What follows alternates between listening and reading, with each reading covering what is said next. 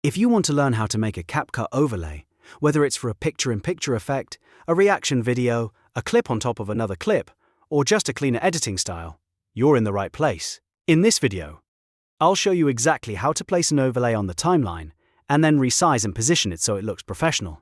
And if this tutorial helps you out, make sure to hit the like button and subscribe for more easy CapCut tips just like this.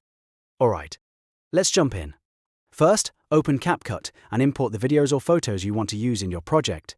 You'll need a base clip, which is the main video that will sit on the bottom layer, and then you'll need your overlay clip, which is the extra video or image you want to place on top. Once your media is imported, drag your base video to the main timeline first. This is important because the first clip sets up your main background layer. Now here's where the layering system comes into play. Drag your overlay clip directly above the base video on the timeline. As soon as you place it on a track above the main video, CapCut will treat it as a top layer.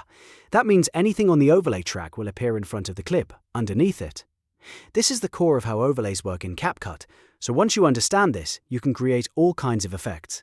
If you're using a photo overlay, a logo, a reaction clip, or even a short animated video, the process is the same. Just make sure it's sitting on a higher track than your base video. If it ends up on the same line or below the main clip, it won't show up the way you want. So take a second to confirm the overlay is placed correctly on top. Once the overlay is in position on the timeline, click on that overlay clip so it becomes highlighted. This tells CapCut that you want to edit that specific layer. Then go to the preview screen. In the preview player, you'll see corner handles around the overlay. Click and drag those corner handles to resize the clip until it fits your layout. You can make it smaller for a corner reaction effect, or larger if you wanted to cover more of the screen. After resizing, you can also drag the entire overlay around in the preview window to position it exactly where you want it. For example, you might place it in the top right corner, center it on the screen, or move it to the side so the main video is still clearly visible. This is really useful when you want the overlay to complement the base video instead of blocking it. A good tip is to think about balance. If your overlay is too large, it can distract from the main content. If it's too small, people may not notice it at all. So take a moment to adjust the size and placement until it feels natural. You can always click the overlay again and make tiny changes until it looks right.